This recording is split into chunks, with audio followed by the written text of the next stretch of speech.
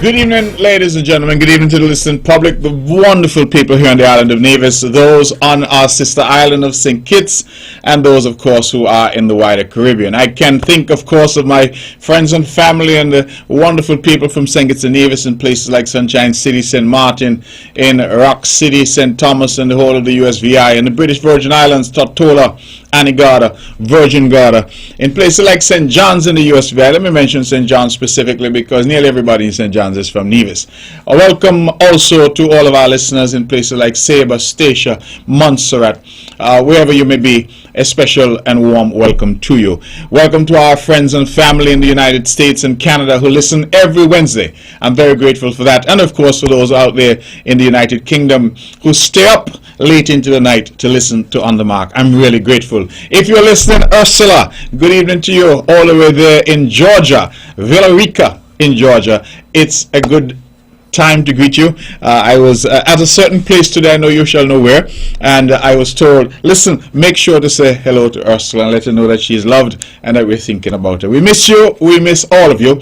We understand that because of COVID, travel restrictions and the like, that we have not been able to see each other as much as we would like, but certainly we are here virtually, and I hope you can feel the love all the way here from Nevis. It is a warm, beautiful night here in Queen City, and I'm here for 2 hours, God willing, from 8 until 10 to have a conversation with you. I start with some very bad news, and that is to announce the passing of a giant in Brownhill, a stalwart in Mr. George Wilkinson. You know, I had to call somebody tonight to ask them what was his correct name, because everybody knew him as Colo or Colopi or Carpi. Everybody knows Colopi. He lived there in Brownhill for many years. I moved to Brownhill when I was but a boy, and I knew Colopi since then. I want to extend my very deepest condolences to his lovely wife Lizzie.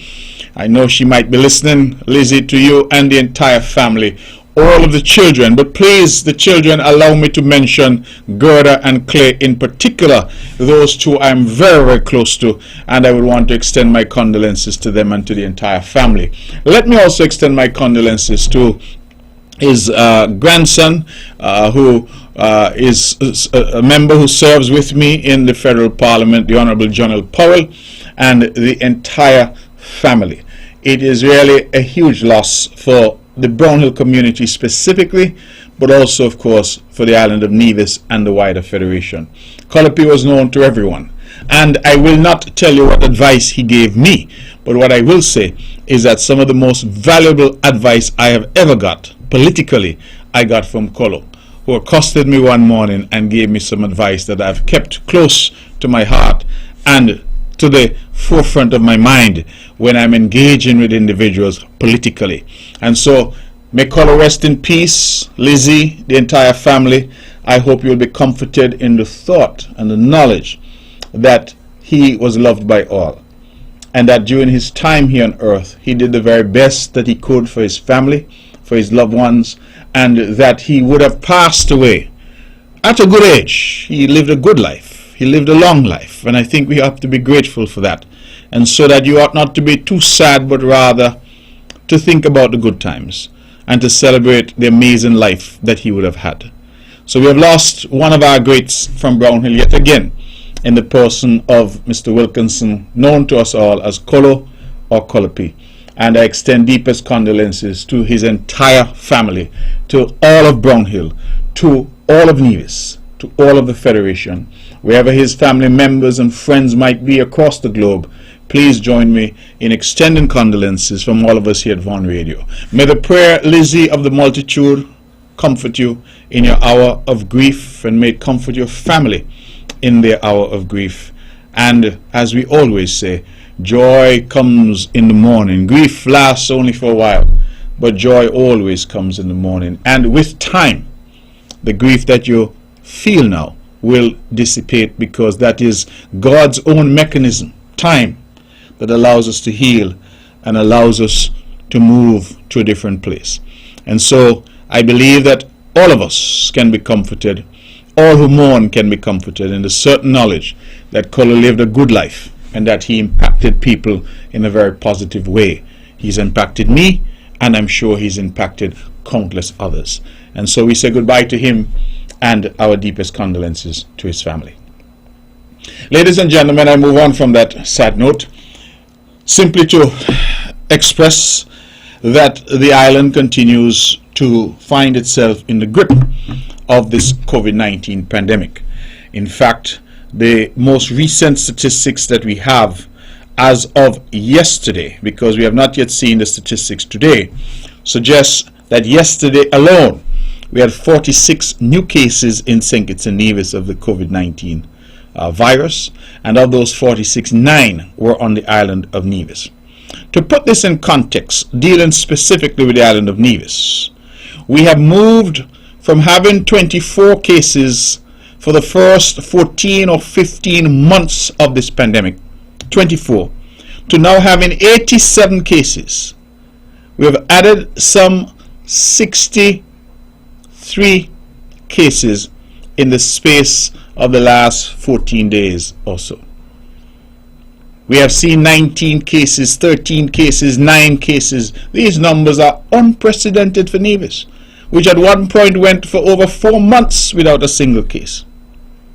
On St. Kitts, the COVID virus has also got away over there. And we now have moved to a situation in St. Kitts and Nevis where we have 929 cases. Again, to put that in context for you, up to May 18th this year, so let's say May to June 1 month, June to July 2 months, July to August 3 months. So up to May 18th this year, we only had some 45 or so cases in the entire federation. And since May 18th until now, which is just about 3 months, we have added almost 900 cases to that. That means that we're averaging almost 300 new cases per month since May 18th.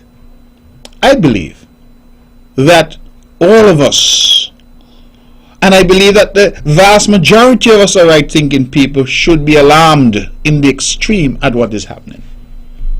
I would wish tonight to commend yet again our task force at the national level, led by Abdius Samuel, and our task force here in Nevis at the local level, led by Dr. Judy Nisbet.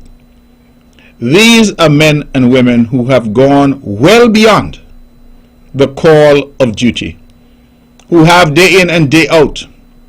And let me put that in perspective for you. The cabinet in St. Kitts met on Monday, and Dr. Judy Nisbet, who's part of the national task force as well, attended the cabinet, and so she traveled with me.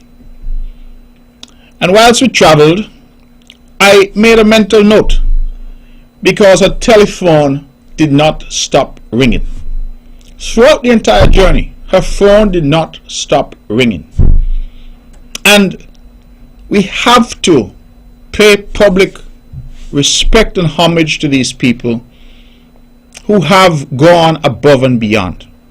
And it is not limited to them on the task force, because to be sure, we have had those on the front line, our police officers, our military officials, our nurses, our doctors, those who are in the business of providing care, those in the community. We have had so many who have given service beyond our wildest expectations. Many who have put their own lives and their own families at risk to serve us.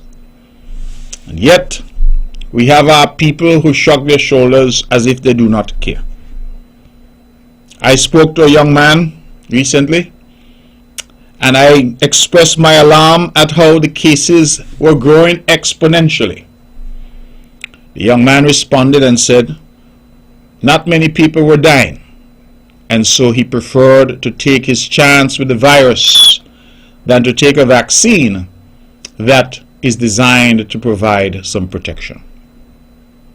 Just today I had a conversation with a very dear friend of mine, and he raised, I think, the very important question. He said, well, if people with COVID can get, who are vaccinated can get COVID, and people who are not vaccinated can get COVID, what's the difference? And I said, well, the difference was a statistical difference. Those who were vaccinated were less likely to get COVID, and if they got COVID, were less likely to be able to transmit it, and were less likely to get very ill from the disease. Those who were unvaccinated had no protection at all. So it is a qualitative difference, and some may argue a quantitative difference, because statistically you are far more vulnerable to this dreaded disease if you are unvaccinated. How do I know that? Because the statistics are there to prove that. I saw, it was a few days ago, that Dr. Cameron Wilkinson put out something that indicated that of the infections that we had in St. Kitts and Nevis from COVID, that some 88% were among the unvaccinated. 88%. We have seen that trend appears to be common throughout the Caribbean and throughout the world. In the United States now it is being said that COVID-19 is largely the disease of the unvaccinated. Put simply, if you leave yourself vulnerable, then you are obviously at a much higher risk of COVID-19 and all of its risks, all of its danger, if you're unvaccinated. And people say to me, Mark Brantley, you're the Premier of Nevis. Every week you talk about COVID, you talk about vaccination. You keep beating this one horse. And my response is that leadership is not always attractive. Leadership is not always comfortable. Leadership is not always easy. But in a time of crisis, and we are in a time of crisis, an unprecedented crisis, a crisis not visited on our world since the influenza epidemic that preceded this by over 100 years. So for a century, the world has not seen a global pandemic like COVID-19. And when I look at my television screen, I'm a voracious consumer of news. And when I look at the television and I see that major countries in the world, the United States of America, the United Kingdom, others, rich countries of the world, developed countries of the world, countries which have the best healthcare, the best hospitals, the best of everything, the best technology, that they are complaining that they're being overrun, that their hospitals are being overrun. I saw just today an indication that pediatric wards, when you hear pediatric, you know we're talking about children, that they haven't become now the victims of this horrible disease, this voracious and cruel COVID-19, which is attacking everyone. And now with the variants, we have this dreaded Delta variant. We have detected the Delta variant here in a sample that was sent off to CARFA, came back positive for Delta. Thankfully, this was from an incoming passenger who has now fully recovered, and for that we are truly grateful. And we hope that Delta has not taken root in St. Kitts and Nevis in our community, because that variant has shown that it is particularly virulent, particularly contagious, and that now seems to be a new threat that has arisen. So this virus is not sitting still. This virus continues to change and to morph and to become even more dangerous. And we ourselves must act responsibly. We must think. Now I have heard in our neighbor, St. Kitts, that they've had to close some daycare centers because persons there have come down with COVID. I have heard in our sister St. Kitts that at the Cardin home they have had persons there with COVID.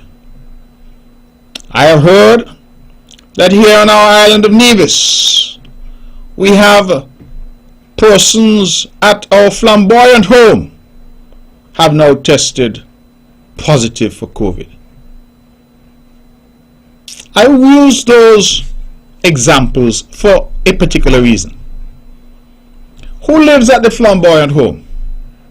If you were to ask, the answer would be our elderly. Persons whose families have put them in our care. Who goes to the nursery and to the daycare? The answer, our children. Our 2-year-old, our 1-year-old, our 6-month-old. They are being cared for by persons entrusted with their care. So let me ask you the question rhetorically. If you were to drop off your 1-year-old baby, your pride and joy, your bundle of joy, your beautiful son or daughter, to the daycare center that you're paying for to keep your child safe and secure for the day until you can come from work to pick up your child and take your child home. And your 1-year-old or your 2-year-old or your 6-month-old baby were to come down with COVID-19. Let me ask you, how would that make you feel? You take your 70-year-old mother or grandmother, you put them in the care of the flamboyant home. Somebody who's elderly is at the Cardin home on St. Kitts. Again, you take them there, you put people in these establishments, these institutions for their care. You assume that they will be safe. And your elderly mother or grandmother at 70, frail, with all the ailments that age brings to us all, comes down with COVID. Now what do we know about the elderly? We know that most naturally their bodies have started to fail. That is nature at work. We know that when you get to 70 and 80 and older, you become frail. You become more susceptible to disease. Your body's immune system and capacity to fight is lessened. You have diabetes, you have hypertension, you have heart disease, you have cancer, you have what they're referring to as comorbidities. You have underlying issues naturally that come with old age. You are therefore in a category that is most vulnerable. And so I use the example of our children, our innocent children, and the example of our elderly. It is said once a man and twice a child, because we recognize that both our children and our elderly require special care. And yet we have caregivers, those in the nurseries, those who work at the homes for the elderly, who are adamant that they will not vaccinate to protect themselves and protect the people that are in their care. Adamant. Now I have no difficulty, and I've said it here time and time again, that if you decide that you wish to risk your life, then you are absolutely correct that that is your business. But when your decision starts to impact my innocent granny, starts to impact my little 1-year-old child, then it's a different story altogether, because it now means that your exercise of your right is impacting other people. And I keep making the case because people keep having this argument back and forth, and I'm saying that the time for all the talk is long gone. We now need people to be responsible and to act. Now, how could it be fair to the residents of the flamboyant home or the carding home, to the children who are in these daycare centers, to the parents of those children, to the children of those that are in the homes.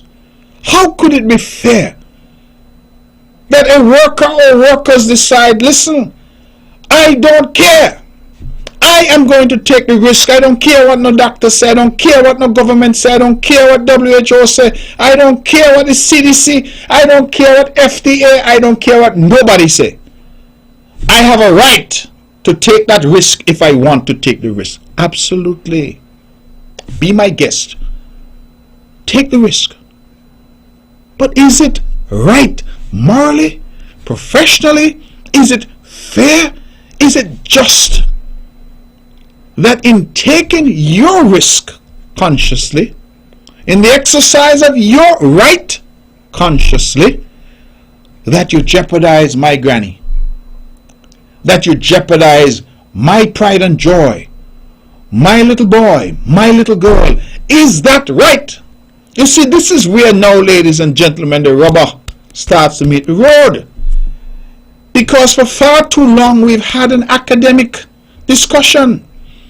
It has been a philosophical debate about mandating vaccines and not mandating vaccines. And I see people marching up and down saying the vaccine is the mark of the beast and all kinds of things and nobody could force them. They have their right. But I ask the question every time, does the exercise of your right gives you the right to jeopardize me? And this is where I want our people now to start to think, because it's not only about you, the individual.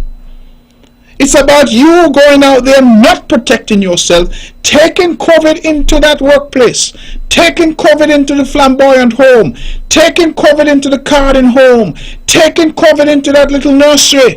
And I want to know what we are going to tell parents when their 1-year-old pride and joy comes home with COVID. How the child get it? Oh, one of the caregiver said they now vaccinate and now protect themselves. How did my granny get COVID? Oh, the people up there said they now vaccinate. Nobody could force them. Then I'll do it. And that is the difficulty that we have, ladies and gentlemen. I have talked. The government has tried. We have sought through education. I myself have personally at NEPAC had town hall meetings with our taxi and tour operators, with our teachers. I've had town hall meetings with our hoteliers. We have sought to engage the church. I didn't go by myself because I'm not a medical doctor. I went with Dr. Nevis. She answered all the technical questions. What's in the vaccine? How does the vaccine work? Is it safe? All of these things we have over and over and over till there's some people out there who are telling me they're fatigued. They don't want to hear anymore. But we have continued because we feel that it is our duty, and in leadership there is no opportunity for fatigue. There is no respite. There's no time for you to lay down and sleep, not in the face of a crisis that threatens our island and our country. We can't just go to sleep. Some people say, whoever wants to dead, let them dead. I can't say that. I was elected to take care of all the people of Nevis and to make my contribution to the wider federation of St. Kitts and Nevis. So I don't have the luxury that some seem to have to shrug their shoulders and say, I don't care. Let the government work it out. This is not a governmental problem, you know. Because COVID-19 isn't knocking on anybody's door asking you in government or you're in opposition. You CCM or you NRP. You Catholic or you Moravian. COVID isn't interested. COVID has come for one objective and one objective only. To infect you, and if it can, to kill you. It may sound harsh, but that is the reality, and the statistics around the world demonstrate that that is COVID's aim. And COVID is now saying that if I come in one form and it's not quite, I will mutate. And I will come now as Delta, I will come as Lambda.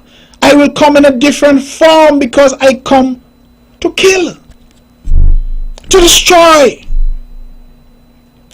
COVID is like the devil. Came to destroy. And we are here playing with it. So this afternoon when I spoke to my buddy, friend for life, and he asked a very critical question: what's the difference between somebody who's vaccinated and unvaccinated? Because both of them can get COVID. And I explained that it was a statistical difference. Huge. Because if Dr. Wilkinson is telling us that of those infected, 88% are unvaccinated and only 12% are vaccinated, it tells you that when COVID comes, COVID is skipping over those that are vaccinated and it going for those who have no protection. And I've used the example of a bulletproof vest. Because you're wearing a bulletproof vest doesn't mean you cannot be killed from a bullet.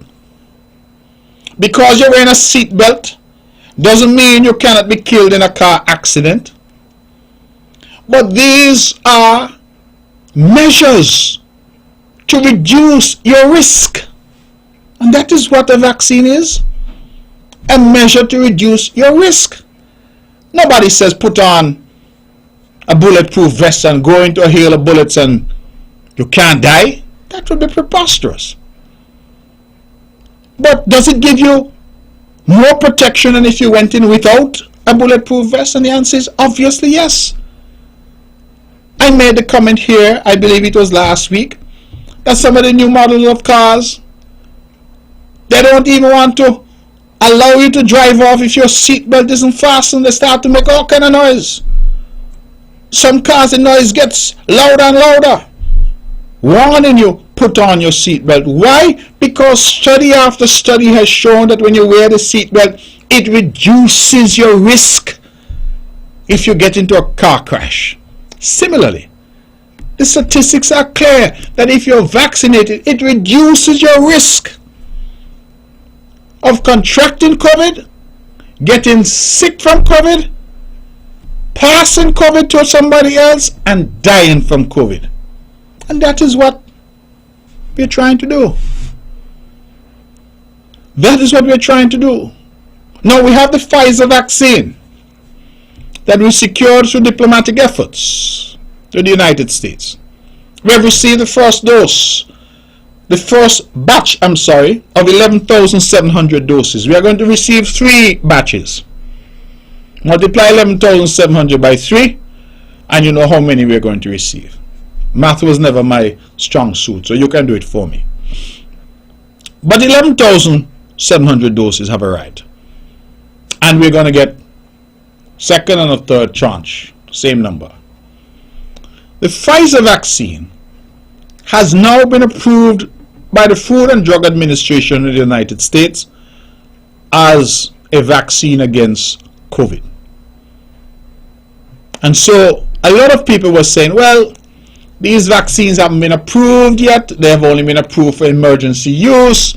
Well, Pfizer has now been approved by the FDA, the largest and one of the most significant agencies of its kind in the world. So I don't believe at this point there could be any scientific criticism of the Pfizer vaccine, because the scientific community has looked at it and it was approved initially for emergency use. It is now fully approved. So the FDA has approved it. It's now an FDA approved drug, just like many of the other drugs that we use. And so the Pfizer, the Prime Minister has announced, will be rolled out as of September 1st, because we had to do some training with our nurses and health personnel. So the Pfizer is going to be available. It has been used in the United States for those 12 years and up.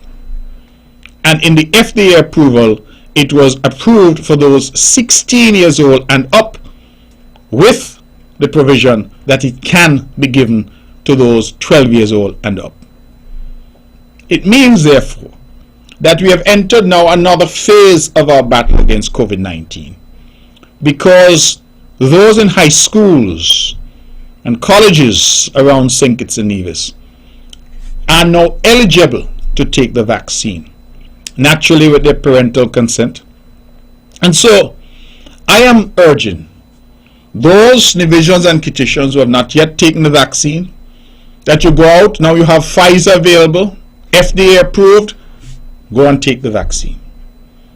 And to allow those who have already been vaccinated, their children who are 12 and up, also to take the vaccine. If we can ensure that we use up these Pfizer vaccines, some 33, 2,100, 35,100 doses, that we use those up, it means that it will take us to a position where a large majority, well over 70% of our population will be vaccinated. And so I am making my appeal, as I do every week, indeed as I do every day, for our people to go out and get vaccinated. We must still mask up. We must still stay away from crowds. We must still be sensible. I have some people, many of them are friends of mine, and for the life of me I never understood that rum was so important. An old man once told me, he says, son, rum never been to school. He said rum never been to school. He didn't go to infant school, he didn't go to primary school, he didn't go to high school, he didn't go to sixth form. Rum never been to college. But rum, it seems to me, control a lot of us. And my position is, if you drink rum, and when I say rum, I'm putting everything in that category because I'm a Caribbean person. When we say rum, we mean whiskey, gin, everything that's alcohol, we say rum. If you drink rum, well, let me ask you something. The rum sweeter if you're in a crowd? I don't quite understand. You have to go to a crowded bar because the rum tastes better. The beer is colder. It is more enjoyable. You mean to tell me if you want a beer, you can't get a 6-pack of beer and put it home in your refrigerator, sit down on your porch and drink a beer? You have to be in a crowd. You have to knock your glass and buy a round in order for you to enjoy it. Because you see, these are some of the things that I keep thinking about. You hear there's a deadly disease out there. Every day you're bombarded with information about this deadly disease. You decide you must drink a rum. You must drink a beer. You must drink a Dapper, Guinness. And not only you must do it in a crowded space. No mask. And then what happened now? You go in there, among people, you're not vaccinated, they're not vaccinated, no mask, no social distancing, because the rum's sweeter that way, then you get COVID. You take the COVID now, you go into your workplace on Monday morning. And then, as the symptoms now, when people go to the hospital coughing and sneezing, feeling sick, diarrhea, headache, and they test and they say you're positive. Where were you? Oh, I was down at this place, this little club. I was down at this little spot. And then now the contact tracing starts.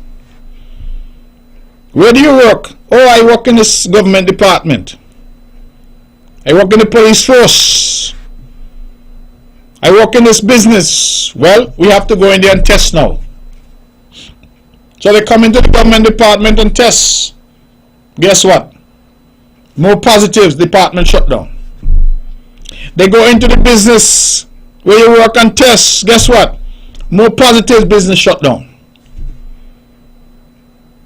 We have a situation right now in Nevis where we have a number of police officers that have tested positive. And I'm talking plain because the people need to know. Now, can the island survive without police? The answer is no. The police have been on our front line. But if police officers are testing positive, Suppose you have to close Charleston Police Station, you have to close Cotton Ground, you have to close Newcastle because people in those stations who lives there, in those barracks, have tested positive. What are we going to do for our security? We have nurses up at the hospital saying they're not vaccinating, but they're in a hospital setting. What happens if COVID get away? One of them ought to bring it in. Already sick people in the hospital in their care. People who have various illnesses, underlying difficulties. What happens? And who among you would want that on your conscience? Not me. Not me. The thought that I took a deadly disease to somebody who is vulnerable and caused that person's sickness or death, I do not want that on my conscience. And all of the time we're saying to our people, be responsible. Teachers, some of them, oh, I'm not going to get vaccinated, nobody can force me. That is true. But have you ever stopped to consider that the primary school student that you're teaching is vulnerable? That he or she cannot vaccinate. There's no vaccine for him or her at this point. And do you have any concern that you may go into that primary school? Charleston Primary, a massive school, the largest in the island of Nevis. Ivor Walters, EPPS, Joyston Libert. You name the school. Is there any concern in you that you could be exposed and take that virus into the school? God forbid a school like Charleston Primary School were to have anybody in there test positive. Hundreds of students would be out of school. And then what? You know what's going to happen? Tout moun saman bagay going to say to Mark Brantley and the government, you need to do something about it. You need to do something about it. Look, your whole school shut down. Who going to take care of my child now? Me got to go and work. You got to do. And then when you say, but all along we have been asking people to do the right thing. All along we have been asking people to be responsible. And all along people have refused. What now do we do? And I don't say these things because I have nothing better to do. I would love to come here and talk about all the activities that are going on, because there's a lot of activity going on the island. But I come back to this position week after week because it is important that we maintain the very strong message to our people that we have to act responsibly. And we have, as part of our duty to be responsible citizens, to take every precaution against COVID-19 for our own protection, the protection of our families, but also the protection of our community. To your co-worker, you owe that duty. To your student that's in your charge, teachers, you owe that duty. To the patient that's in your charge, doctors and nurses, you owe that duty. To the little toddler that's in your charge, the little infant that's in your charge at the daycare centers, you owe that duty. To the elderly that's in your charge at the flamboyant home, at the garden home, you owe that duty. Each of us owes a duty to each other. We talk about rights. There are no rights without corresponding duties. Rights have responsibility that is attached to them. And so I urge our people. That is what I do. Urge our people, encourage our people, beseech. Lord, if you want to prefer the word beg, well, I beg our people to be responsible. Let it not be said of me or my government that we sat back and did nothing. Let it not be said that we sat on the fence, that we said it wasn't our problem. Because if you sit on the fence, you're basically saying, well, who aren't dead, dead. And leadership must be made of sterner stuff. Leadership requires us to lead, not to take a position that we consider to be safe. Me no want nobody cuss me, so let people do what they want to do. No. Leadership must encourage people to do what is right and what is responsible, even if it's unpopular. And so I see some around who keep saying, well, it's up to people. No, not when you're dealing with a highly contagious and highly deadly disease. It is for us to encourage people to do the right thing. And if I were to lose friends over that, then so be it. But let not history say that in the face of this adversity, that I or my government remains silent, because we do not have and cannot afford the luxury of silence or fence sitting on an issue that is this important. Ladies and gentlemen, let me take a few minutes now to switch gears. And I want to talk about a little politics. Because it seems to me that the opposition party of Nevis, the Nevis Reformation Party, that they have decided when an election will be called on the island of Nevis. I am here to say this evening, most emphatically, that my name is Mark Anthony Graham Brantley. And in December of 2017, the people of Nevis elected my party, the Concerned Citizens Movement, to govern Nevis for 5 years. And I became the 4th Premier of the island of Nevis. That under our Constitution, it is the Premier who determines when an election will be called within the 5-year period set out by the Constitution. I thought it important to remind the people of the obvious, because I'm hearing all kinds of noise in the country. I have never taken more migraine tablets than I've taken in the past several weeks. It's like going out and you hear clang, clang, clang, clang, clack, attack, clack, attack, noise. None of it makes much sense. A whole set of noise up and down the country. In the height of an outbreak here on the island of Nevis and in the wider Federation, I hear they have noise again up and down the country.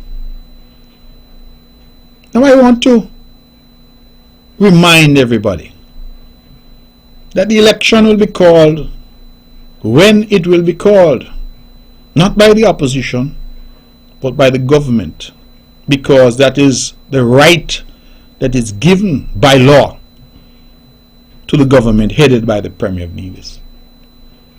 Nobody in St. Kitts could call an election over here. No pundit could advise on any election over here. No opposition can force any election over here.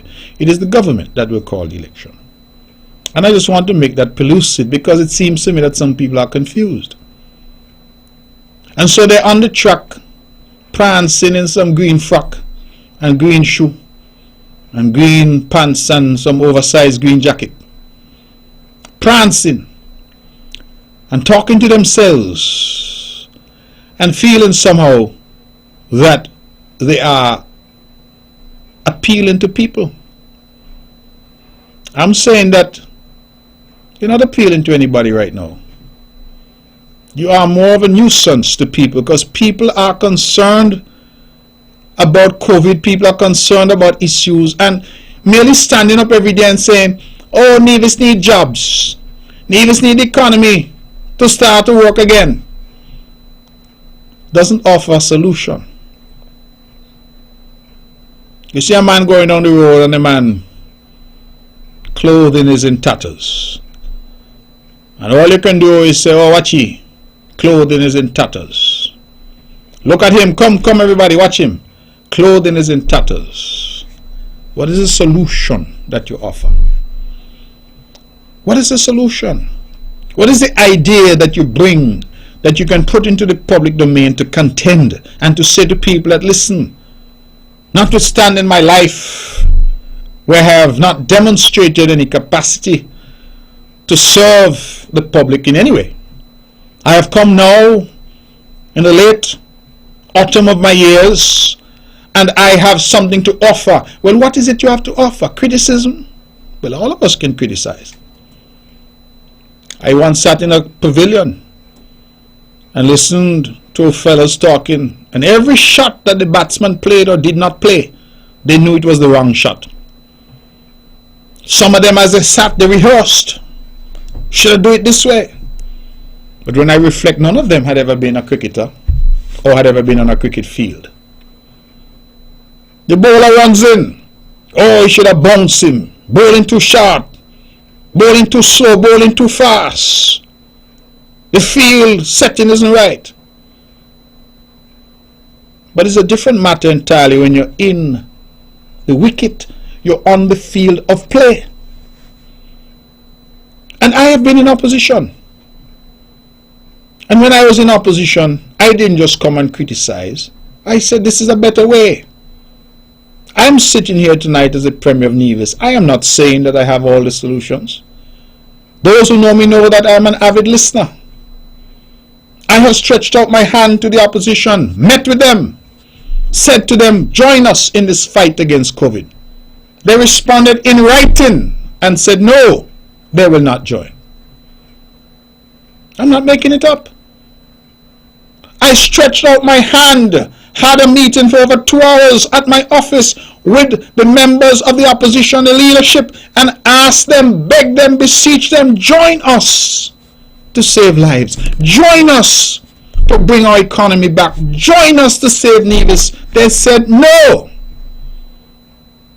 And they said so in writing. I have the letter. I hope that when my memoirs are published, that letter is published there. Because it demonstrated that for them, it was politics first. And the people of Nevis, you come after. Because we're talking about a pandemic, we're talking about saving lives. And so when I see some of the posturing, they're running around like headless chickens. Not one idea thus far, just noise. Just noise. And I'm highly trained in ignoring the noise. So I'm filtering out. And I'm saying, is there one idea somewhere? Is there a nugget of something that can actually contend in the public space? I look around Nevis. We see what is happening in construction. We see what is happening in agriculture. I reported to the public that because of our initiative on alien land holding licenses, we saw in a period, I believe it was of 9 months, over $70 million worth of real estate change hands on this island. $70 million. We see what's happening in our financial services sector. We see what's happening now where we have taken the idea of a movie industry and actually created a movie industry here. And while it is still on the ground floor, we now have the building blocks of something. I had a call, it was just last week, with some film producers, a film production company, who are contemplating doing big things here on the island of Nevis. And when I heard them say that they are hearing more and more about Nevis as they read the trades, and I will publicly and forever say thank you to MSR Media, Mr. Philip Martinez and the entire team, because they've come here and shown us that something could be done here where government is willing, government is creative and prepared to think outside the box, and people are prepared to take a chance with a government that they trust and can have confidence in. And yet, with all of that, you hear the cacophony of sound and fury. Nothing is happening. Oh, we need more jobs, we need more. Of course, every country needs more jobs. But what is the prescription? What? Faced with this pandemic and this global crisis, what would you have done differently? You can't even bring yourself as an opposition to encourage people to vaccinate. Not even that you're prepared to do. You said people could do what they want. So who chose to dead could dead. That basically is your position. But yet you are saying to a government that is leaving no stone unturned in its care for its people, that is not doing enough. Well, you know, opposition is really, or should be, government in waiting. And so if you have no ideas, all you come is to criticize. And not even constructive criticism, just the same old khaki pants. I said it, and some feigned upset that I said it. And I said the NRP has now brought an all-female slate of candidates. Oh, I'm sorry, there's one male among them. So, an all but one female slate of candidates. And they wish us to herald that as a signal achievement. And I do. Because more women involved in politics is a welcomed thing. So they want us to herald it. But I say it cannot stop at a person's gender. You can't get marks just because your gender is male or female.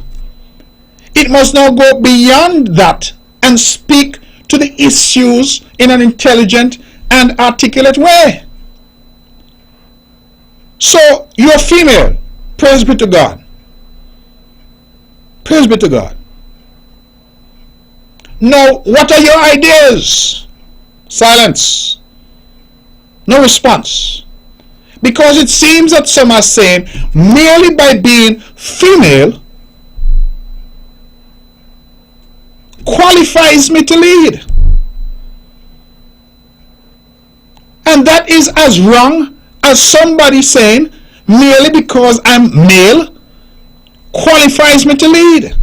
No. Whether you're male or female, what qualifies you to lead is your love of people, your record of service, your record of success and achievement, and the level of preparedness that you're prepared. And part of that is the ability to say, well, these are my ideas. This is what I'm seeking to do. This is what I'm seeking to achieve. But if you come with the same old tired rhetoric, Mark Brantley get 2 salary. Lord Jesus, that came when Noah built the ark. Well, the flood don't come, the ark don't float, and Noah don't come back down to earth. And you still come back with the same old thing. And that is why I said some feigned upset when I said so, but it's true. If the only difference between the new candidates and those that preceded them is gender, then it means that the only real difference is that these ones now wear different clothes. They wear frock and skirt, and they wear lipstick and mascara, and those before did not, because there has been no substantive idea, no substantive discussion that has ensued. So you want people to jump up just because you were born a girl? You want people to jump up just because you were born a boy? It can't just be that. It has to be more. And that is why I'm saying that we need the ideas to contend. We need to know, and simply cussing and talking bad about the government and saying the government this and the government, that is not an idea. Cussing is easy. I grew up in Brownhill. Everybody in Nevis could cuss. And Brownhill never could cuss worse than most. Cussing is easy. Where are the ideas? What is it you're saying? Listen, if I were there, this is what I would do. If you could not bring yourself to cooperate with the government, to hold hands with the government on a deadly existential threat such as COVID-19, well, that means you're not ready yet for prime time. Because you see a risk to our very lives and livelihoods here on the island of Nevis, and you decide, no, not me, I'm sitting on the fence. I'm going to sit this one out. I don't have a view. If people want to take the vaccine, they take it. If they don't want to take it, that's their business. Well, what position is that? Then this issue about love. All of a sudden, all these people love Nevis. They love Nevisians. Well, it's easy to say, you know? It's very easy to say. But where's the evidence? I tell you all, I had a boy running against me some time ago. And people who close to him tell me he's agnostic. Well, that's a big word. They say he's an atheist. That's a big word too. They say he does not believe that there is a God. Don't believe in God. Has been known to curse people who have expressed their belief in Jehovah God. Tell them the truth. But election coming at every church door he find. He rush in go take picture. Every church. Before I look around Baps, Saturday church, Sunday school and all, he find himself in. But he don't believe in God. I keep telling I can't fool Nevis people. You cannot fool Nevis people. They're hard to fool. So when all of a sudden your lips are dripping with this beautiful language of love, you are in love with the people of Nevis. You love them. Oh my God. The people gonna say, well, my God, you wait till you're 60. Oh no, you love Abby? When me go to God, you never know you'll be love Abby before you're 60 years old.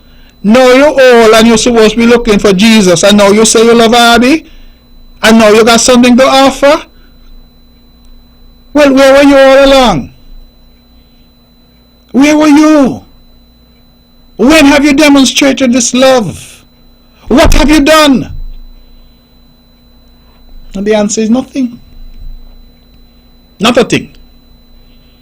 And so this is the problem that I have. Come in and be honest and say, well, listen, I don't really know nothing about this thing. I never really been involved in this thing before.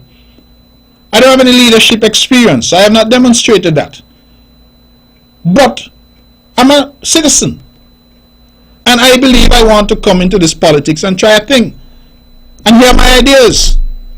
That to me would be honest. It would be. But you come in now, start to tell people. A lady told me the other day that one of the NRP candidates, I really can't remember their names at this point in time, but one of them saw her and said to her, I will come by your home to visit you because I want to talk to you about you supporting me. So I said to the lady, well, what's remarkable about that? Of course, the candidate is campaigning.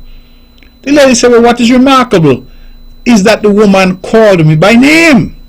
I said, well, but that's your name. So why are you surprised? He said, but me know the woman there all my life. He never talked to me yet. She passed me up and down the road. She has never once uttered a word to me.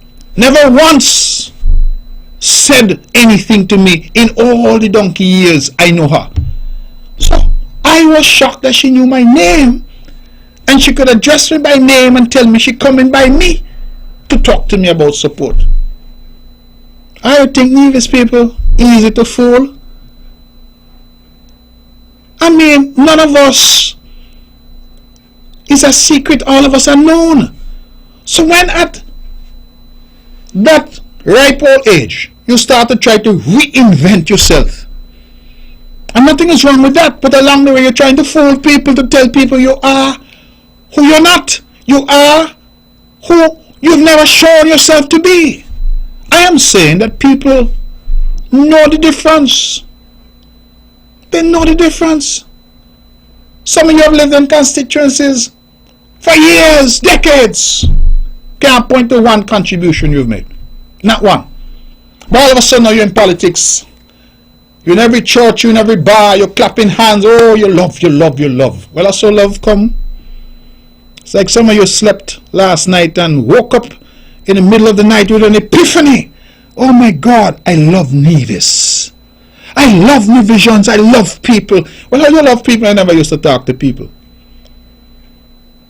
Huh? People have no record of you engaging with them, but suddenly you love people. That is the reality. I came here some weeks ago, and if I really start to get turned on with the politics tonight, it's gonna be trouble, It's gonna be difficulty. I tell them when I'm ready, they're gonna see where barley grows. Because you have some people who are offering themselves for the NRP, who are around and claiming that they are opinion makers, I see them on Facebook, and sometimes I smile. Sometimes I just smile. Because the only thing some of them have thus far succeeded at in life is failure. That is the only success they've had. When they write their resume, they say, what are you expert at? The answer is failure. Now, if a man has failed all his life, everything he has tried, he has failed, ask yourself the question, what qualifies him to lead you? It's a very important question.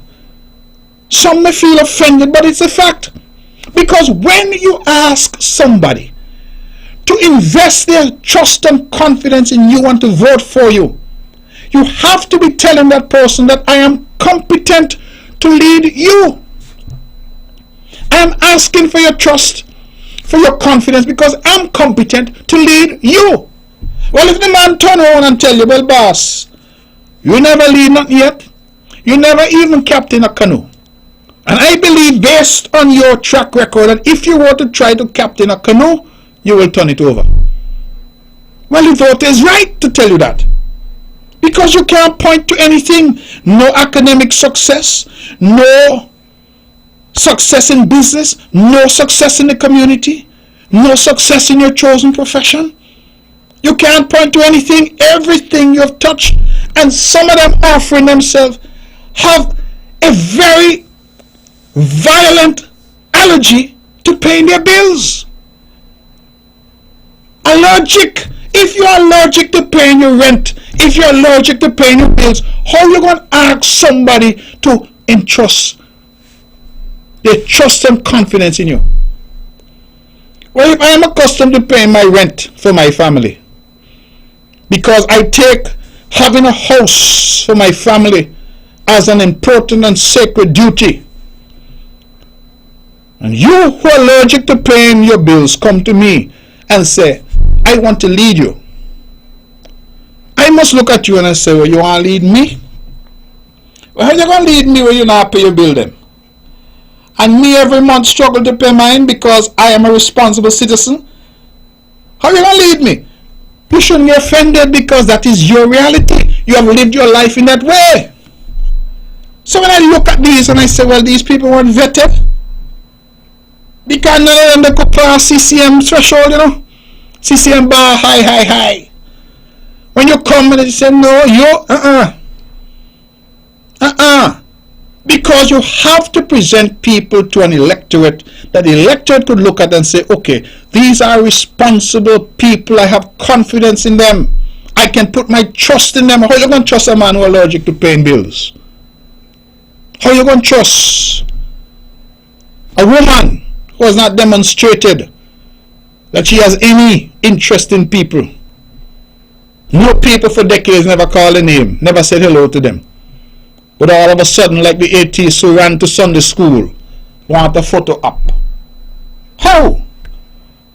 And so when the issues are joined, and there will be, when the premier ring the bell, not before, we will determine where we go. But for now, we are concerned about COVID-19 and fighting this pandemic. The other fights are easier, and those fights will take place. But we have time. By my tally, an election isn't due until somewhere around March or so of 2023. We're only in August of 2021. So people must learn to just take things easy. No need to get too worked up. I hear about all kind of launch that they have enough candidates. In the middle of an outbreak, a COVID outbreak, they have launch of candidates. And I say, well, if you jump on the truck and you start to fly around the truck, and the starter gun ain't gone off yet, and you fly around the truck, by the time the starter gun go off, you're tired and you're weary, you cash out. And I called the mechanic yesterday and I asked, how is the big blue machine? He said, my brother, shiny coat of paint, everything in it brand new, it is ready. And everybody on this island knows, in fact everybody in the country knows, that when the big blue machine hits the road, that is where barley grows. And with that, I'm going to open the lines and take some calls. I didn't want to take any calls tonight. I felt I could have spoken for 2 hours, but we have our people out there, our fans, who want to be part of the conversation. And so I will open the lines now. It is 7 minutes past the hour of 9 o'clock. You listen to On the Mark. I'm your host, Mark Brantley. And if you're tuned into the Eastern Caribbean's only powerhouse, VON Radio, the voice of Nevis, www.vonradio.com. And we're streaming live on YouTube and on Facebook. The lines are open, 869-469-1616 and 869-469-1700. I believe I've spoken for quite some time, so I'm going to open the lines and allow you now to do the talking. Good evening, you're on the mark. Hello? Good evening, Michelle. Good evening, my dear. How are you? I am good so far. Good. Psalm 46, verse 1 and 2.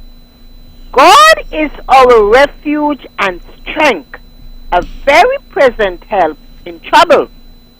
Therefore will not we fear, though the earth be removed, and though the mountain be carried into the midst of the sea. Good night, culture. Sympathies going out to Lizzie coming from QT. May God comfort you. Mark, Lord, I know you blog over with you. What do you mean? What me do? Man, you really got it. You could do it. You could do it, I tell you. You could do it. You know how to do it. When the time comes, we are either going to use the long-term crank up the machine. It could go. Good night. Good night, my dear. Thank you, and thank you for your scripture as always. We're going to stick with the phones at 869-469-1616 and 869-469-1700. Those are the numbers to call. Let's go straight back and say good evening. You're on the mark. Hello? Mark? Yes, you're on the mark. Good evening. This is Talk Puppy from St. Kitts. How are you, my brother? I'm fine. Yes. Now, last night, Weber had a quite great program with 2 different people, it seems, one from NRP and one from your party, that I enjoy very much. I was a little disappointed with the lady, though I forgot her name, when she said she don't believe in history. I thought she made an error, and maybe one day she will find out. Life situation changes very often, so we got to be careful when we say we don't have nothing to do with history. And we must listen to good counsel and accept discipline. Good. I have some questions to ask you, Mark, because many people down here are asking me the questions I want to ask you. I was wondering tonight if the environment is suitable for my questions, but perhaps it is. Yes. First, I want to say congratulations to you in your fight encouraging people to take the vaccine. We are taking the vaccine too simple. So I got a couple of questions. You don't have to answer all of them. It's 5 of them and they're brief. And sometimes politicians don't really answer my questions. And you being the Premier of Nevis, you will have enough common sense and understanding to know which of the 5 you should answer. 1. Is it true that when the Unity Party were constructed, Nevis was told that they will get $300 million in that first term? No, that is not true. A lot of people want to know. That is not true. That is not true. I'm answering them as you asked them. That is not true.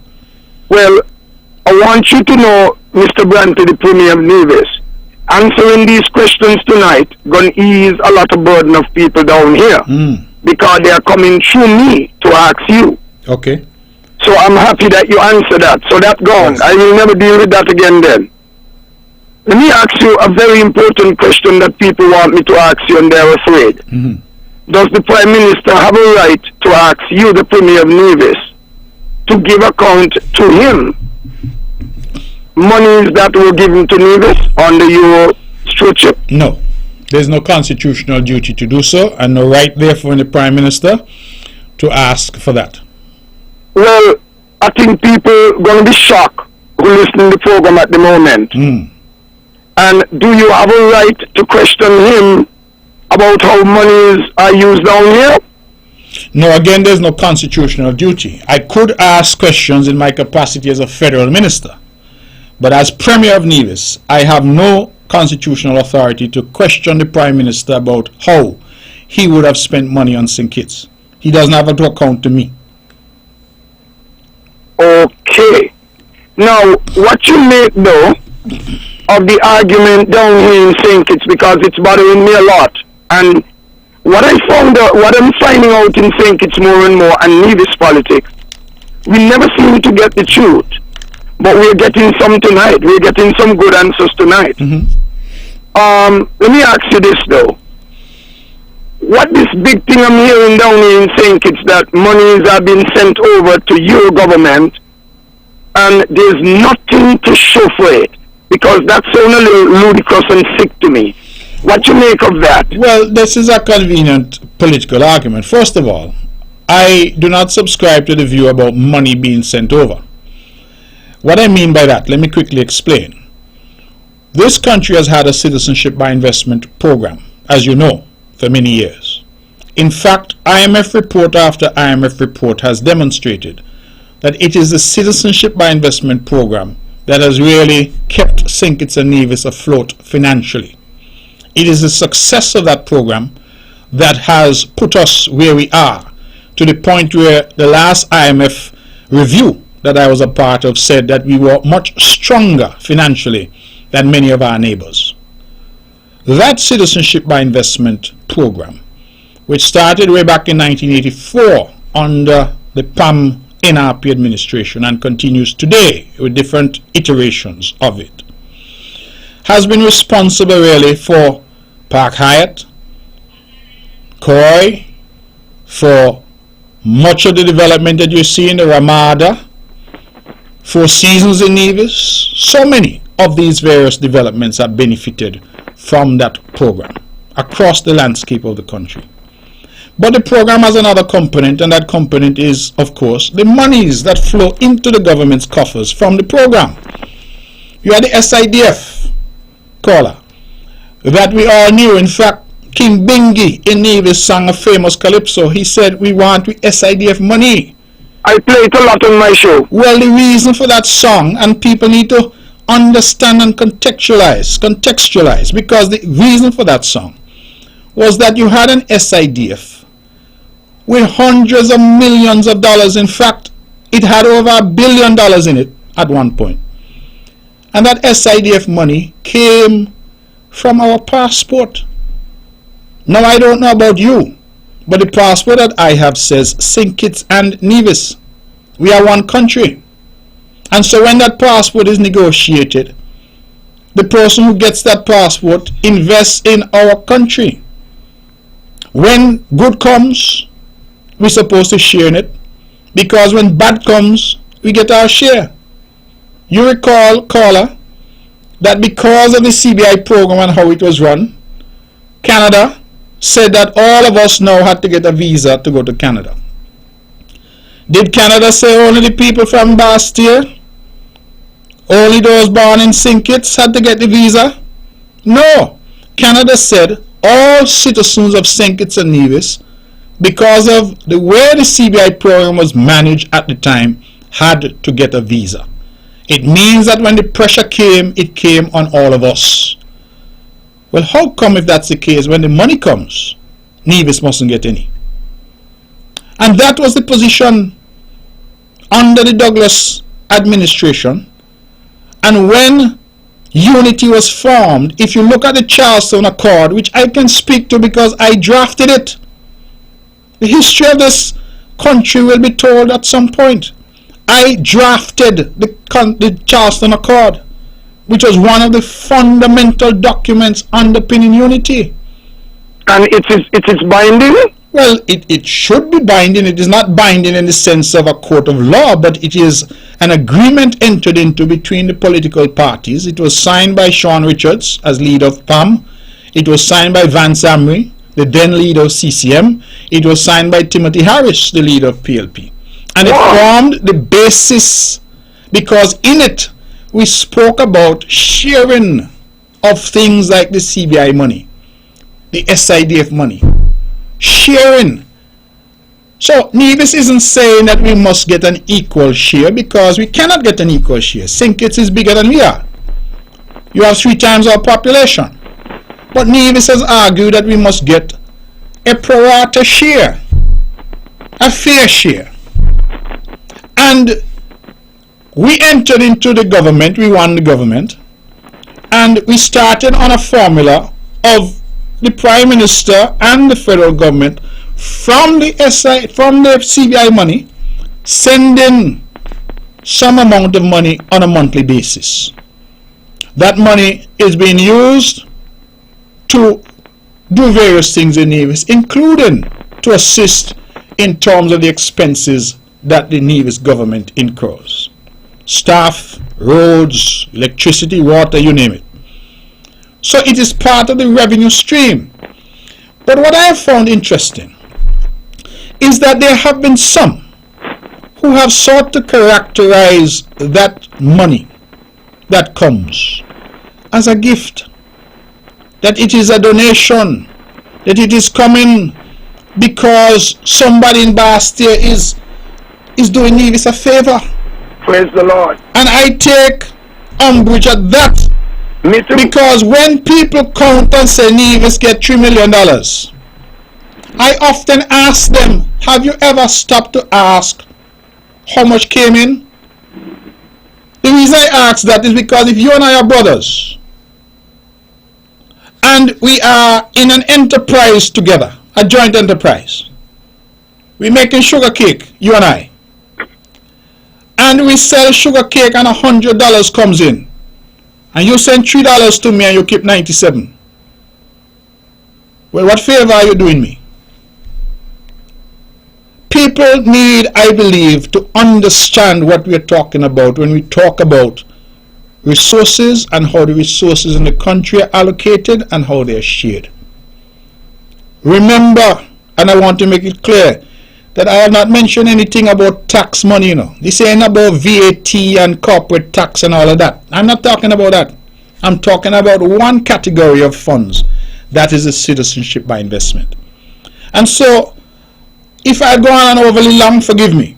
But I believe that people need to be clear that when the people of Nevis say that they deserve, that they are entitled to a fair share of these proceeds, it's because they are. It's because billions of dollars are flowing into the country. You know, we did an analysis over here, you know. I'm sorry I didn't know this question was going to come, otherwise I would have had the numbers with me. That's all right. But we did an analysis of the SIDF because they had accounts that they published.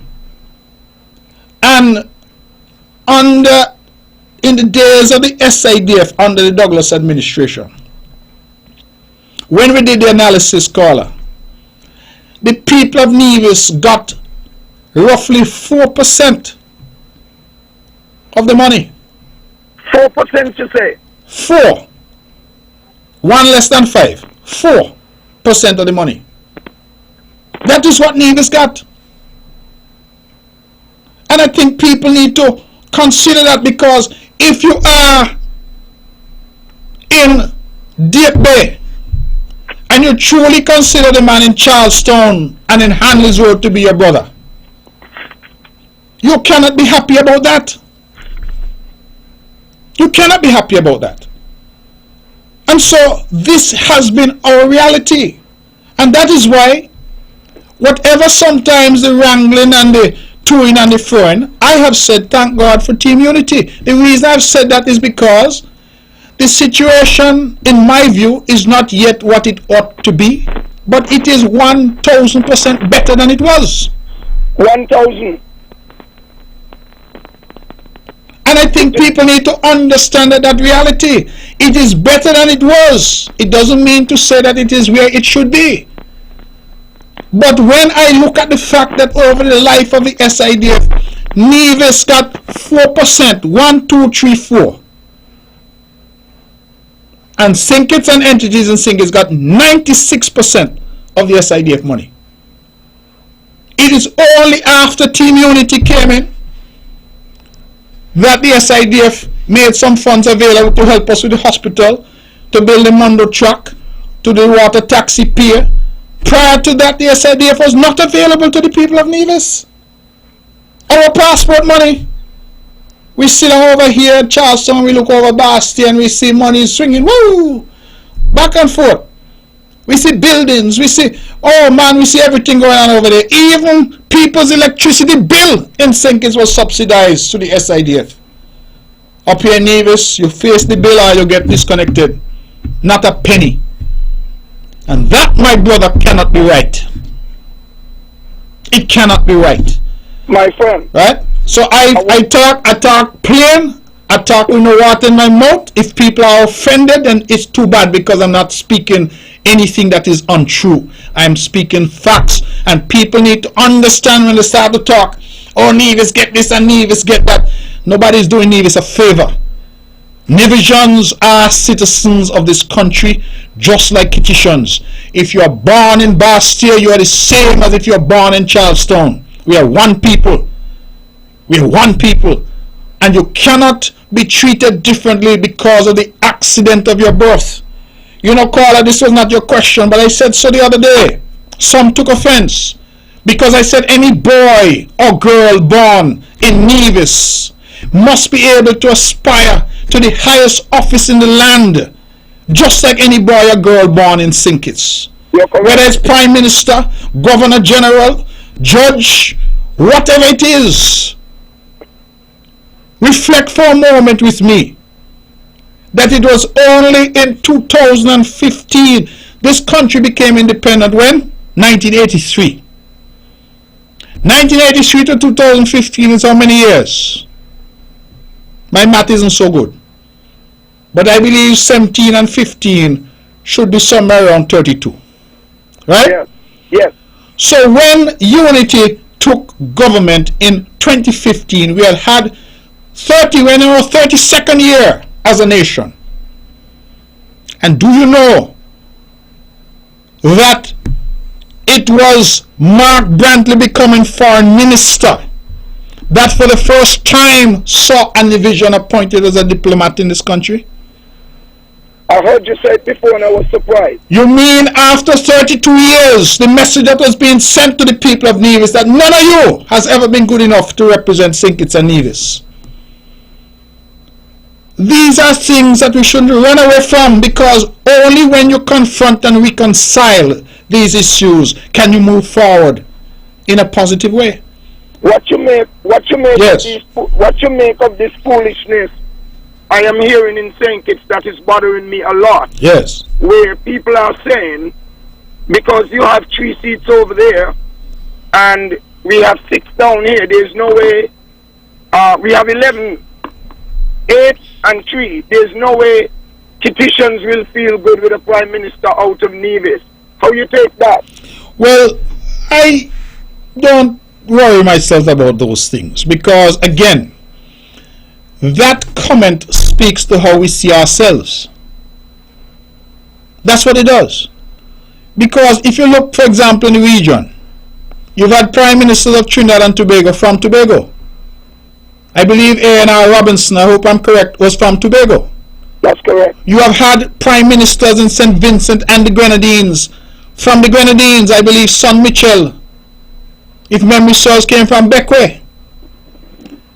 So, the reality is that if you see yourself as one nation, then you ought to be concerned about getting the most competent person in the top positions. And the question of whether that person is born in Gingerland or born in Newtown should not be relevant. In fact, one of the things that has always puzzled me, caller, is that some of the people who have come to me with that very same argument, when I question them, their mother and father from Nevis, their grandfather from Nevis, Oh my Lord. they only happen to be born in Newtown or St. Paul's or wherever else they were born on St. Kitts because their parents moved there to look for work or whatever the circumstances were. We know our history, we know things were hard. And I said to them, well, you more than others should understand, because your umbilical cord is connected to the island of Nevis. So the sense of oneness should not be so elusive for us. So I feel that comments like those come from a place that people do not see us as one country. They see St. Kitts and they see Nevis as separate. They do not see us as one country. And I have said that unity presents the last best chance for this country. The last best chance for the country to function as a country. To function as one. Where you draw the best talent that you have. Whether that talent emanates from Bastille or it emanates from Charlestown. You put the best people to work for the benefit of the country. I am not concerned about title. I am not concerned about what description you give me as speaking as an individual. When the portfolios were allocated by the Prime Minister, he gave me foreign affairs. I was never a diplomat. I did not study diplomacy. But I have had great success as foreign minister for the country. Because I've worked hard. And I have the best foreign ministry team and the best diplomatic team of any in the Caribbean.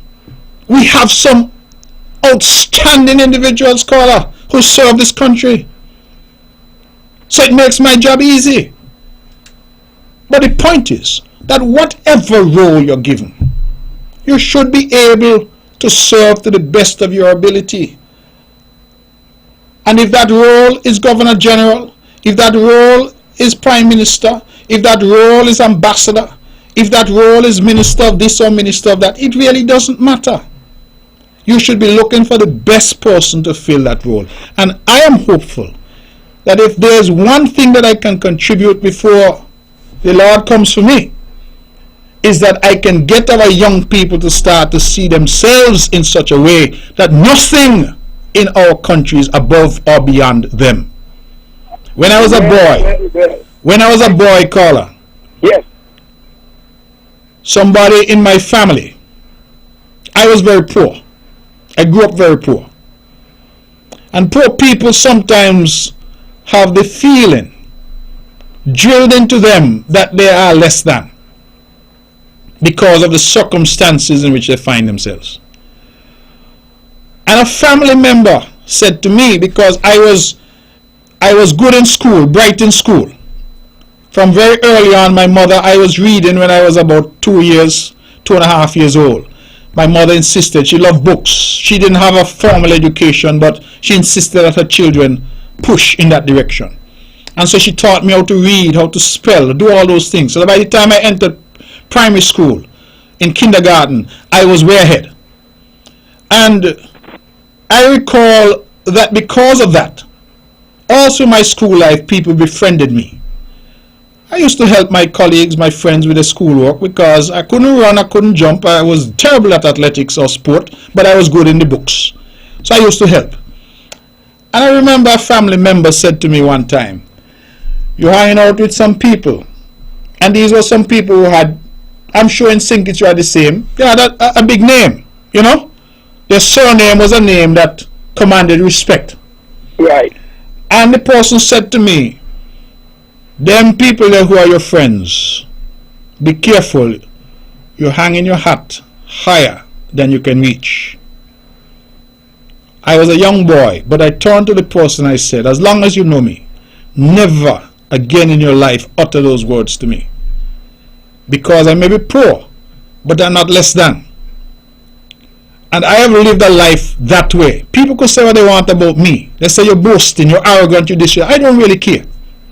Nobody is better than me. And I want everybody out there, every little boy and girl listening to me right now, to understand that you are only limited by the ambit and the extent of your ambition, not by the circumstances of your birth. Life is about moving forward. Life is about progress. Life is about going out there and doing better, trying to do better every day. If you, sir, had stayed where you were born, where would you have been? Oh. And so we must inculcate in our young people and in our children that no position is beyond them. No profession is beyond them. There used to be a time in Nevis when, because of who you were and the circumstances into which you were born, you couldn't say you want to be a lawyer or doctor. You're crazy. That is for rich people. You had to say you want to do something else. And I am saying that whatever people want to do, brother, they must know that it is available to them. And in this country, if it offends some, then too bad, because I'm not going to apologize for it. Any boy or girl listening to me tonight should be able, once they equip themselves, to occupy any position in this country. And I'm hopeful that when Mark Brantley is dead and gone, people will say that he started that conversation. And who knows, maybe in my lifetime, it will be realized. I want to say something else before I hang up. Yes. It's very important. I have found that the partisan spirit in our country is so poor that we are losing the sense of justice in dealing with each other individually and so. So we have to work on that. And I am very mindful of a passage of scripture in the Bible which I want to lead so someone else could get a chance. It's found in Matthew 7:12. It's called the Golden Rule. All things therefore that you want men to do to you, you also must do to them. This in fact is what the law and the prophet means. And in Luke 6:31 it says also, just as you want men to do to you, do the same to them. Mark, I am telling you this as the Premier of Nevis. I am convinced that you'll continue to do a good job. And in this unity setup, I find things going a little off. It doesn't feel right. But I am asking you to play your role, keeping it together for the betterment of St. Kitts and Nevis.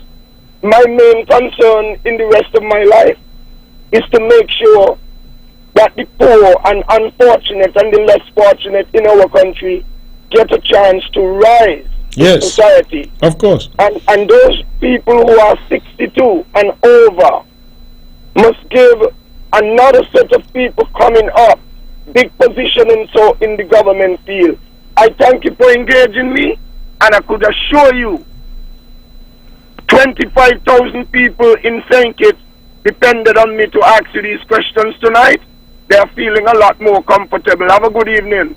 Thank you very much, and thank you for that. And I enjoy the engagement. Sometimes it's useful to share views, and you asked me some honest questions, and I provided you with some honest answers. And that is what we're here to do, as we try to understand each other better, and try sometimes to clear the air, because you hear a lot of nonsense that is being peddled, and simply because my philosophy is you don't kick at every barking dog, I don't always respond. But Mr. Talk Puppy, you gave me the opportunity tonight, and I'm happy that we were able to engage. It is 25 minutes to. Let me take your calls. Good evening, you're on the mark. Yeah. Good evening, Brother Mark. Good evening to you. How are you doing? I'm well, man. How are you? Okay, I'm well too. I'm well and powerful. Yes. Thank you very much for answering those sidewalk questions that people just go and ask Mr. Hush Puppy. No, Talk Puppy. Yeah, you Talk Puppy. Yes, what's that there? Because, brother, it's God who guiding you, and God is who guiding the Prime Minister to keep the Federation like it is. And one thing stand out tonight here in some of those answers. 4% out of 100% leave 96. Oh.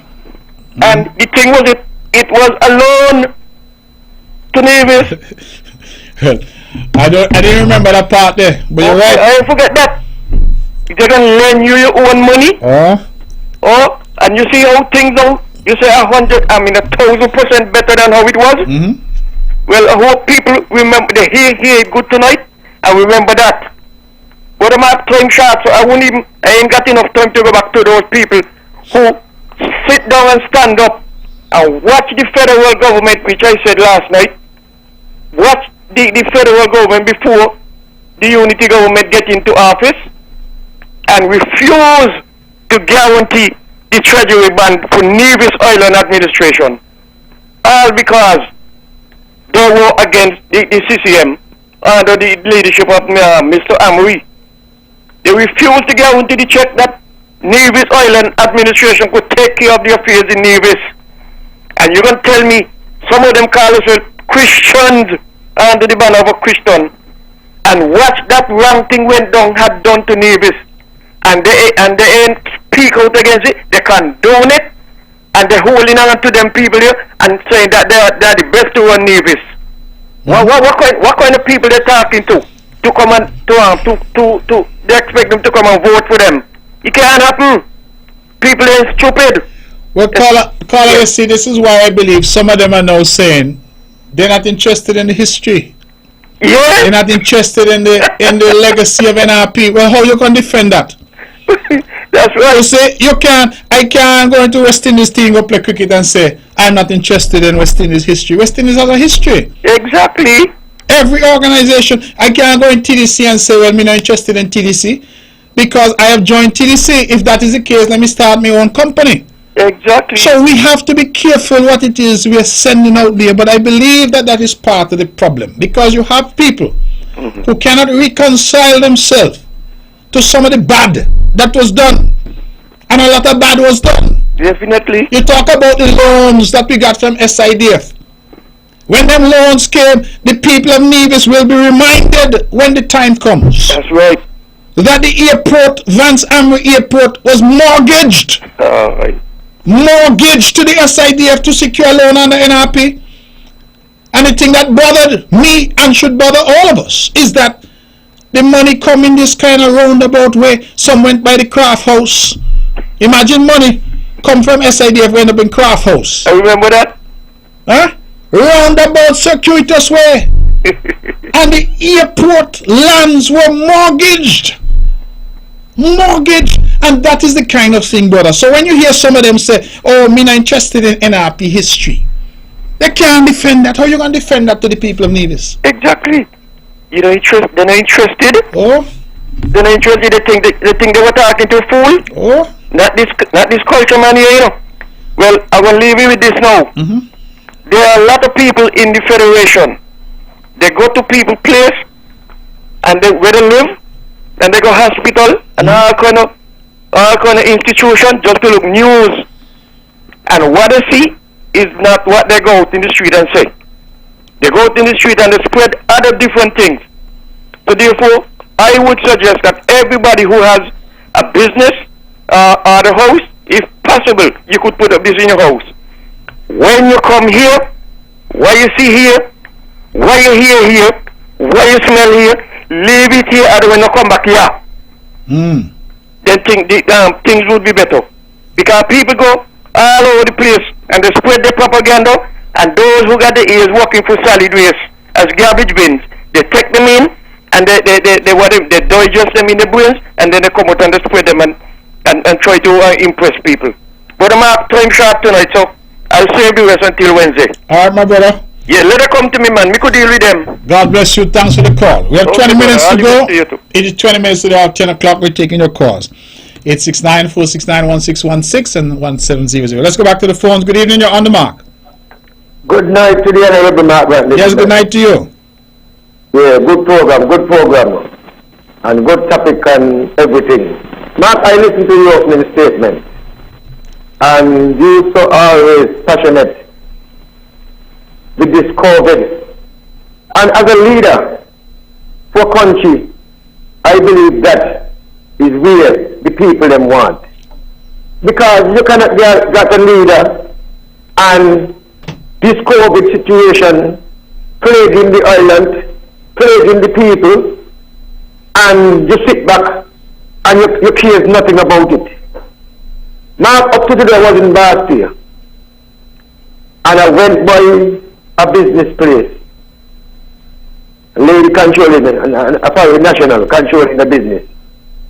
And she told me, I graduate. A young lady coming here just now. She put she on by the thing to take she temperature. And the machine started to make a lot of that red light started to flash. Right? And she temperature was so high. She told her, anyway, try to talk to her and tell her that, well, cool down and whatever. And the lady turned up with one speed. She said she was trying to get in 991. You know, to call 991 because she believed that maybe she break quarantine or something, or break isolation. And the lady went. So who tell you that this lady ain't affected with COVID now and she gonna spread it up and down town? You understand? So we got to keep our peace and pause, and I glad for that lady. She shared something kept. And she's so concerned that she said she called 991 but nobody pick up. Mark, let me tell you something, right? We got this COVID thing like a joke, okay? When I listen to the briefing today, when I hear that we get, I think, a 40-something case yesterday, and we got 318 positive cases, I said, Mark, people now listen. People are listening. And people just want to be ignorant to the fact that nothing goes so. Mark, let me tell you something, I make out of iron, you know. I make out of flesh and bone. And when anything I got to do with the export of these scientists with this vaccine, to take it to strengthen the immune system, instead if I got affected by COVID, and that vaccine could help me immune system. That even if I got COVID, that is that nobody could know, because the immune system is so strong. That is why people say now that the vaccinated is the one who going on and doing the COVID. If it's like that, when everybody doing the vaccinate, and even if they get COVID, it wouldn't be a danger to them, it wouldn't be a danger to the children then, and it wouldn't be a danger to whatever.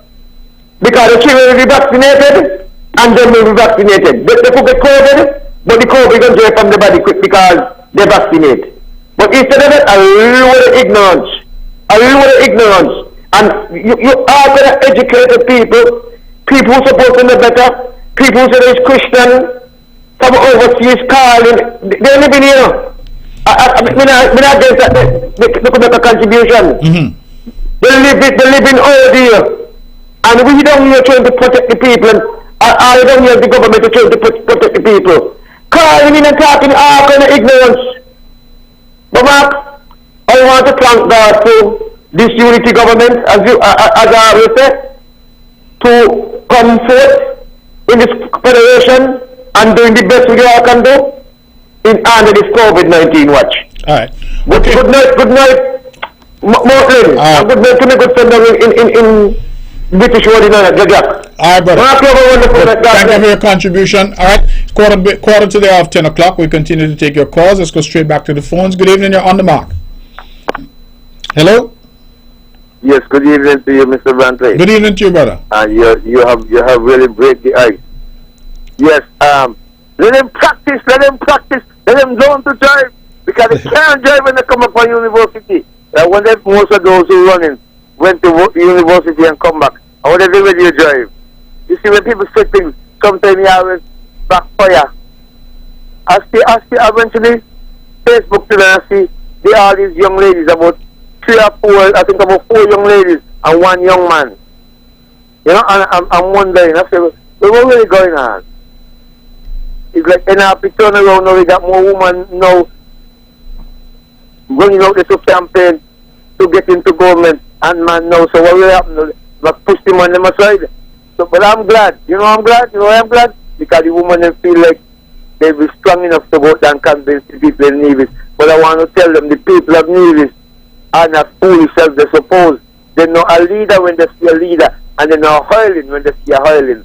Because I want to tell them that over the years when Vance was there, and Mark and Malcolm Gishard and those guys, God bless his soul, went there to take Nevis out of the clutches of NRP, where they were.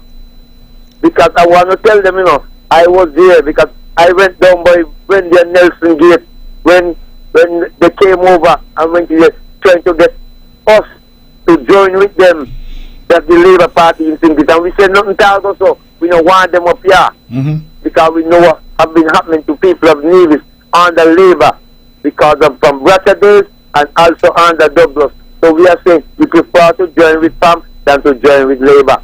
So Nevis people are no foolish people, and we are saying we still maintain the mentality that the Labour Party is all about keeping Nevis people down and petition always on the top. Well, we are one people, and I'm glad you said tonight, our passport said St. Kitts and Nevis, not Nevis or St. Kitts separate. We are St. Kitts and Nevis.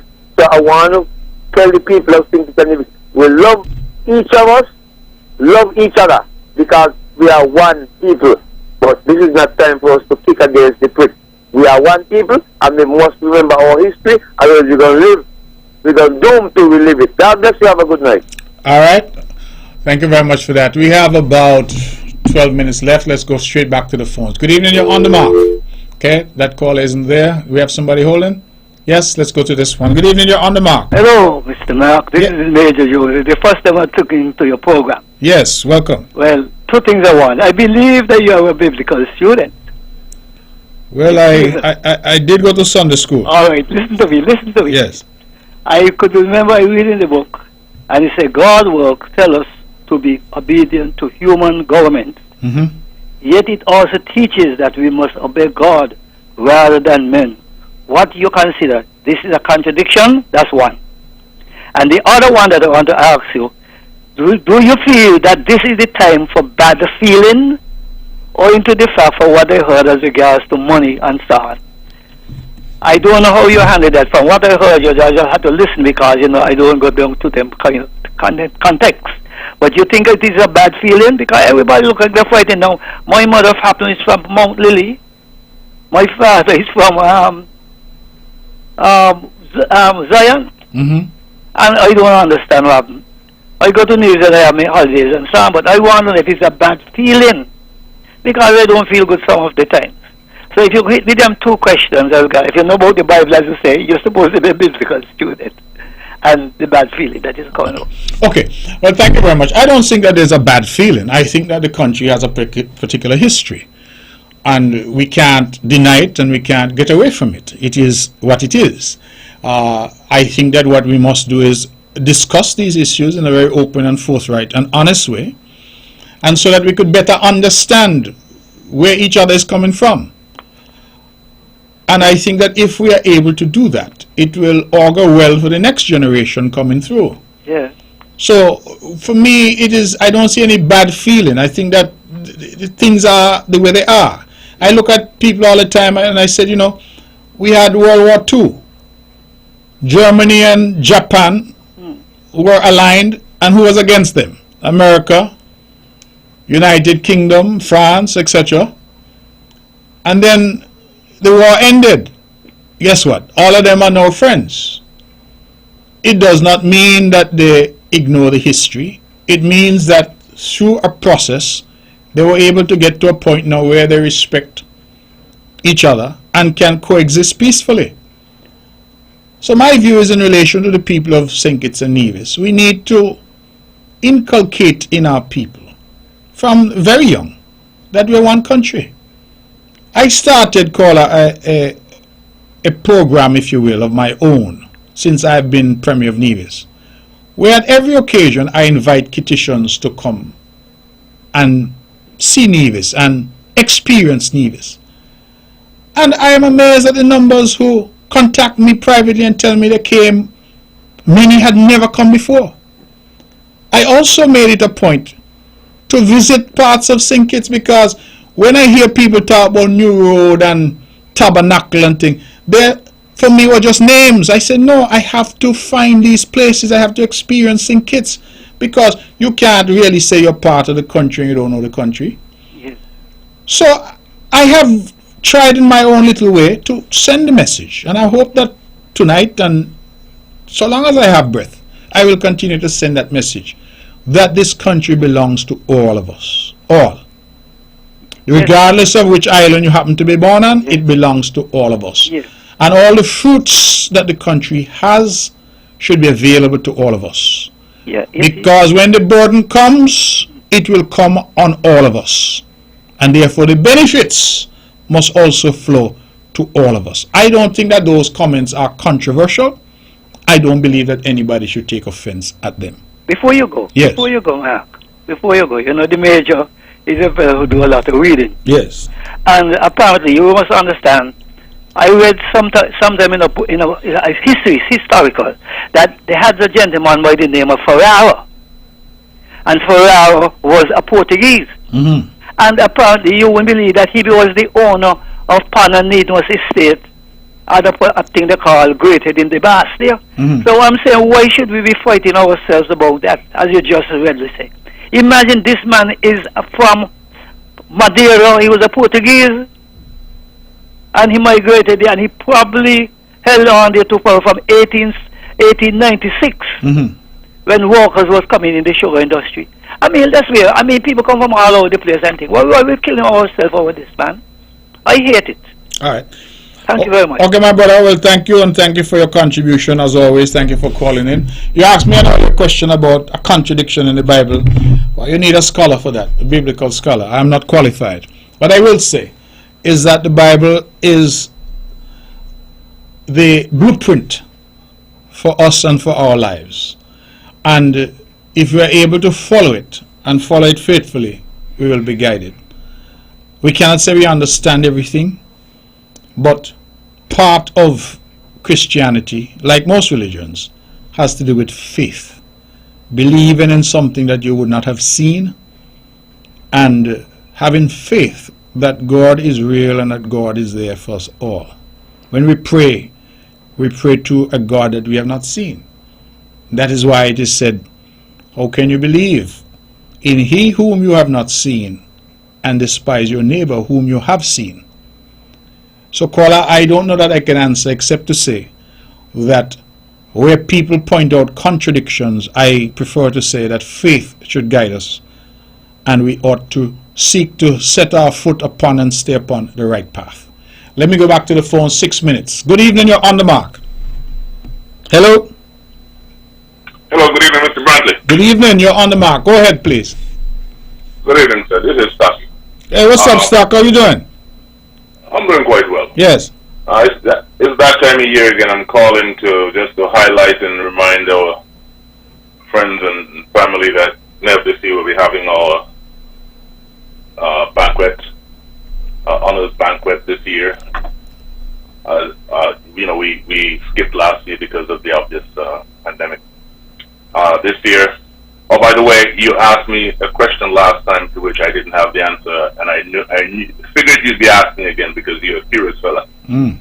What branches of the army each of the honorees served in? So not what branch of the army, what branch of the military? What branch of the military? Yeah. Sorry. So I think I have that tonight. So the honorees, let's go over the honorees again. The honorees are Lieutenant Colonel Clayton Sutton, U.S. Army, Command Sergeant Major Levi Maynard, U.S. Army, Master Sergeant Spencer Howell, U.S. Army, Sergeant First Class Karen Holliday Williams, U.S. Army, Master Sergeant Anthony Pemberton, U.S. Air Force, Sergeant Claudette Selkridge, U.S. Army, Sergeant Walford Pemberton, U.S. Army, Sergeant Dennis Ward Dunkley, U.S. Army. So the Army dominates. Well, I was just about to say, it looks like Nevisions have a propensity for the Army. Seems like it. Yes. So this year, again, the entrance fee for this year is $110. But we like our early bird, so we encourage people to buy early, and if you buy before September 10th, we take off $10. The event will be held at Martin's Crosswind in Greenbelt, Maryland. It's been our venue for the last 3 or 4 years. There's a Holiday Inn hotel. Of course, there are other hotels in the area, but for our convenience and the convenience of our clients, there's a Holiday Inn hotel within yards of the venue, the Holiday Inn Greenbelt, and we have blocked some rooms specifically for our event where you call them, they will give you a special discount. But you have to call that hotel directly and not Holiday Inn National Line. Mm-hmm. Direct line for that hotel is 301-9827. 1,000. Tickets can be purchased online, and it is the preferred mode of purchasing tickets would be online at www.nevdc.org. This year, we really, every year we telling people to, purchase tickets early. Usually it's because we wanted to have an early count. It allowed us to plan better. This year, it's especially important that you purchase your tickets early, because we really have to plan better in order to have appropriate spacing and to observe protocols by the state of Maryland. It's very important. Purchase your tickets early. It would be very difficult to be having a lot of people show up on the night of the event, because that means that we'll have to rearrange tables to make space for people. We'd really not want to be doing that, and we do not want to turn anyone away. Mm-hmm. So it's very important that our people purchase the tickets early so we can plan for the event. Also, last week I do have some good news. Last week or 2 weeks ago, I remember telling you that we won't be having the brunch this year. Yes. Well, the Brain Trust has gotten together, and the Brain Trust has decided that indeed we will be having our brunch. However, it will be an outdoors event. Over the years, we've had it at Dr. Daniel's house. Mm-hmm. We've decided this year to have it outdoors for the obvious reason. One thing, it'll be a picnic setting, Mm-hmm. but we'll have the same food and everything there. One thing I asked, we will have chairs and tables, of course. Stucky, we're coming up on the hour, so you'll have to. Yeah. I'm asking people, if you have that picnic chair that you have in your garage and you're coming, just take it out, put it in your trunk when you bring it, just in case we don't have enough chairs. So if you don't have a picnic chair, don't go buying one just for this event. But if you have one, just put it in your trunk and come along. We're expecting to see a bumper crop of people this year. We're really looking to providing you with a great weekend of event. All right. Okay, brother. Stock, thank you very much. I'm happy you got in. You got in just before we close off the show, and I think it is a good note. It's a good note to close. Stock, you there still? Yeah. Yeah, just quickly, could you give us the address of the event again? The address is Martin Crossing, 7400 Greenway Center Drive, Greenbelt, Maryland. The date? September 25th, 2001, from 7 p.m. to 1 a.m. And who do people call if they want tickets? To purchase tickets online at www.nev-dc.org. nevdc.org. On the NevDC website. Okay, so you purchase tickets online. Yes, I don't have physical tickets. In the past, I would give people tickets. I can't send people any tickets. Okay, so everything is online. Good. All right, and before you go, because we're right on the cusp, you have the number again, the direct dial for the hotel? The direct dial for the hotel is 301-982-7000. Okay, my brother, thank you very much. 301-982-7000. Okay. All right, that is the man Fitzroy Williams, better known as Stucky, who is the very competent public relations officer for NevDC, one of our diaspora organizations, which is really doing phenomenal work.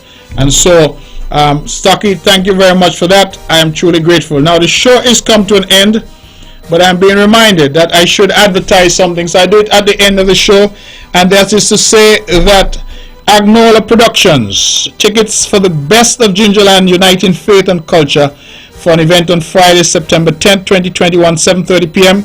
is available at Pemberton's in Charlestown, Nevis. Telephone 469-5668. Online streaming registration now available at www.agnolaproductions.com. You're invited to be part of this unforgettable cultural experience. I want to just say congratulations to my friend Agnola Hendrickson.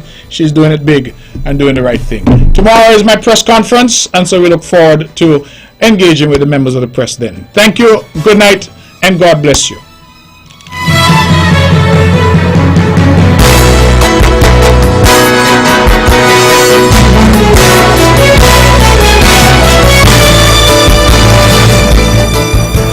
and opinions expressed on the preceding program were solely those of the participants and do not necessarily reflect the views of the Nevis Broadcasting Company Limited or its